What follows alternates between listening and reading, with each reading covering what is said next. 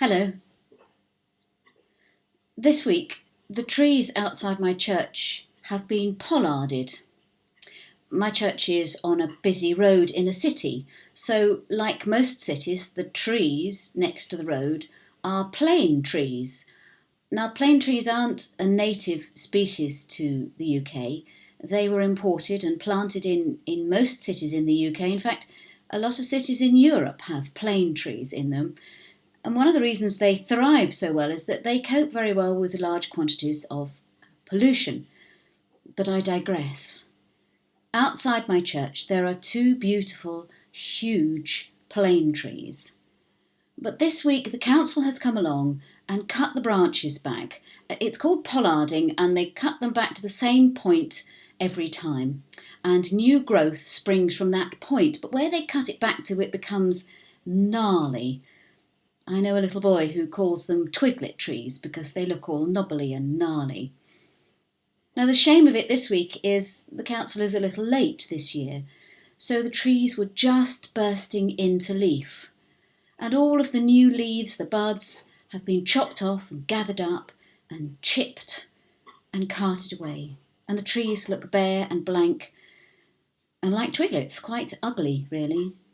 But they will burst into growth again. Plane trees are elegant trees if they're left to grow, but they do grow very, very large. And if we're going to grow them in cities, they have to be controlled in some way.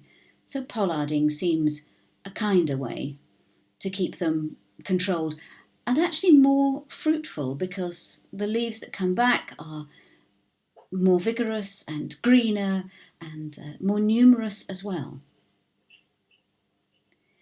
In my garden, I have a vine, a grape vine, and that also is extremely vigorous. It grows yards and yards and yards. Its little tendrils force its way between the wall and the roof of the garage, and it goes for miles and miles. Well, perhaps not that, that's a little exaggeration, but it would go for tens of metres if it wasn't trimmed. And if it isn't trimmed, it produces small bunches of grapes, which are very sweet but are mostly pip. But if it's trimmed back, if it's controlled, and it's a horrible thing to have to do to cut down new growth, but if it's trained, then the fruit that it produces is much more vigorous, much more plump. There's more of it. It's more juicy. It's sweeter. There's a passage in the Bible, Jesus talking to his friends. He says, "I am the true vine, and my Father is the vine grower."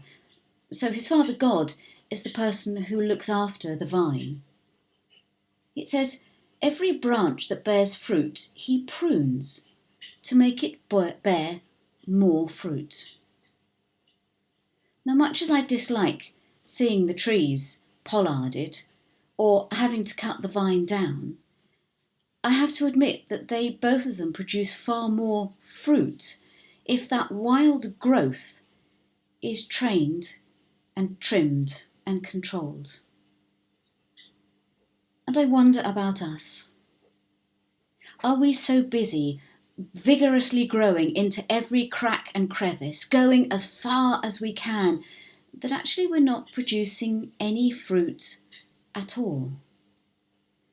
Maybe this time of enforced pruning, when we can't grow as vigorously as we want to, when we can't explore far and wide and stretch our resources to the limit, maybe now is a time to be thinking, what fruit could I bear? Should I bear? Might I bear because of this time of pruning? Maybe we will be much more fruitful when this time of enforced lockdown ends. But I think that takes a conscious effort of pruning on our part to stop us just growing back to all of those places where we were before.